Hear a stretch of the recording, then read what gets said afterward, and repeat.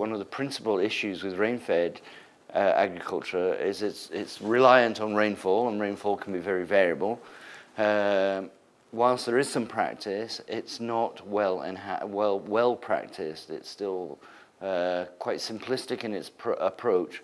And the issues to do with it are really the need to put in better access for smallholder farmers, so they have access to water, particularly during the dry period, and that's when quite often they run into issues to do with food security, and that also then generates poverty. So when you say better access, what sort of things are you talking about? Okay, so we would argue that we need to have a whole range of interventions. So you can think of when rain falls on the ground, we need to increase the soil organic matter. And soil organic matter holds moisture there, so the plants can access that moisture and then grow. So that's the first point of intervention, if you like. And then if we look down the fields, we should be putting in structures to try and slow the water and hold the water in the landscape. And then further down, we may think of putting in farm ponds so people can manually irrigate their crops, and then we could have formal structures such as dams. So a whole continuum of interventions. Now, you've designed the research that you're doing in Ethiopia in quite an innovative way. You've got 3 sites, as I understand it. How did you pick those sites? Okay, so we've selected 3 sites, as you rightly said, and we call these innovation platforms or sentinel sites. And those sites are mesoscale, so they're about 100 square kilometers in size. They're not very small, and obviously they don't represent the whole Nile.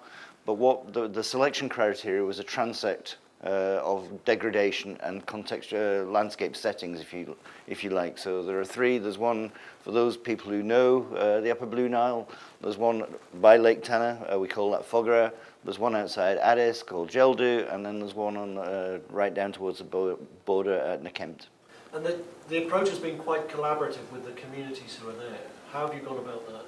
Sure, so these innovation platforms involve the local communities, extension workers, district agencies, some of the ministry people, and then a group of national researchers and international researchers. And what we've done with these innovation platforms is to go into the communities and try to set up committees, but discussion platforms to understand how they view the issues to do with natural resource management. So not just water, and understand the problems from their perspective, and use that as a baseline to say, well, how would you provide the solution? What do you think the solutions are? And so using this iterative approach of identifying with the community what the problems are, and then trying to move them, how they would go about solving those problems and trying to help them, assist in that process. Was there anything that came up that you thought maybe was a minor problem, but actually turns out to be a major concern for the community? Yeah, I suppose this is one of the learning aspects, is that maybe as a set of researchers, we had our own view of what the problems were and ranked those, if you like. And then the community came up and they had a different ranking. So whilst there were no surprises in what they were turning up with, I think this issue which did come to the fore, which is fodder and how we might deal with fodder, received a higher ranking prioritization from the community than we would have given it. So that's quite nice. So if I just expand on that to say that because that's their priority, that's where we've started to deal with to build that level of trust, and there's an entry point to doing more with natural resource management. Now, there are dozens and dozens of NGOs in Ethiopia. It's a major target for development aid.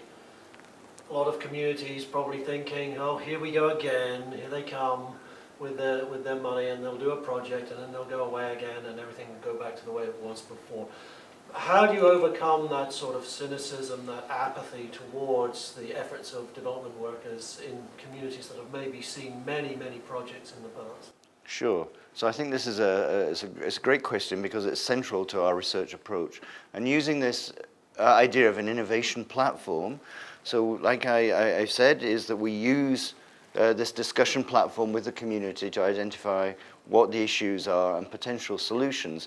Because the community have that, then okay, in these instances we've been, if you like, the researchers have been the trigger for action, but what we're over the course of the next year, the project's been running for 2 years, so in its final 18 months, they may continue, but let's think that they finish in 18 months, we are working to transferring that capacity within the community, so they have self-ownership.